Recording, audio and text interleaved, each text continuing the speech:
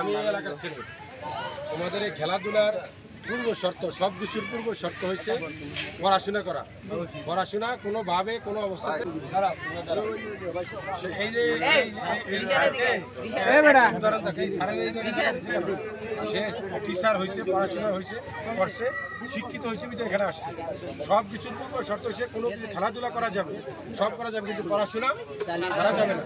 পড়াশোনা করাতে হবে। পড়াশোনার উপরে কোনো কিছু নেই। আজকে যারা রাষ্ট্রের প্রধানমন্ত্রী, আবার ভবিষ্যতে প্রধানমন্ত্রী হবে, প্রধান বিচারপতি হয়েছে, সবাই কিসের মাধ্যমে হয়েছে?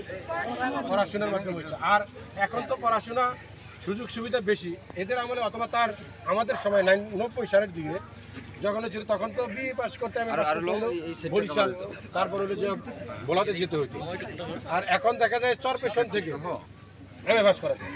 তাহলে এখন পড়াশোনা ছাড়াটা কি উচিত হবে? পড়াশোনাটা করতে হবে। একজন ভালো মা একটা ভালো সন্তান উপহার দিতে হবে, ভালো জাতি, শিক্ষিত জাতি উপহার দিতে হবে।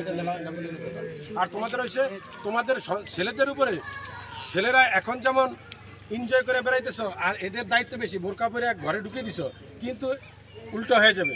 যখনই তুমি বড় হয়ে যাবা, তারা ঘরে ঢুকে যাবে, পুরা সংসারের দায়িত্ব তোমার উপরে চাপিয়ে দিবে। তোমার জন্য দুনিয়াটা একটা বোঝা হয়ে যাবে। আর এই পড়াশোনা করলে এই বোঝাটা তোমার জন্য হালকা হবে। তুমি বড় বড় জায়গায় যেতে হবে। আমার এলাকা হিসাবে আমি এই চরপেশনের সন্তান, আমি পড়াশোনা করেছি, আমি সুপ্রিম কোর্টের আপিল বিভাগের আইনজীবী হয়েছি। আমি চাই তোমরা আমার চেয়ে অনেক বড় হও, অনেক শিক্ষিত হও, সরকারি চাকরি আছে, বিসিএস ক্যাডার আছে, বিদেশে যায়। এই জন্য তোমাদেরকে খেলাধুলা করতে হবে, পড়াশোনার ছাড়া যাবে না কোনোভাবে। পড়াশোনা ধরে রাখতে হবে। সর্বোচ্চ ডিগ্রি যেখানে আছে দেশে বিদেশে নেওয়ার জন্য চিন্তা করতে হবে, যে না আজকে যখন তোমরা আমাকে দেশে যান, আমরা তার চাইতেও বড় হইতে চাই।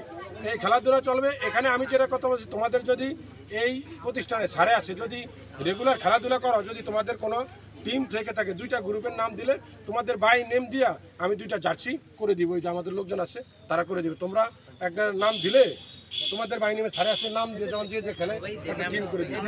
তাহলে তোমরা নিজেরা করো, তোমরা নিজেরা করে যাও, 2জন চলে যাও, 2জন গিয়ে তালিকা করো, 2টা দলের নাম দিয়ে প্রত্যেকের নাম দেবে। নাম্বারটা নিয়ে যাও।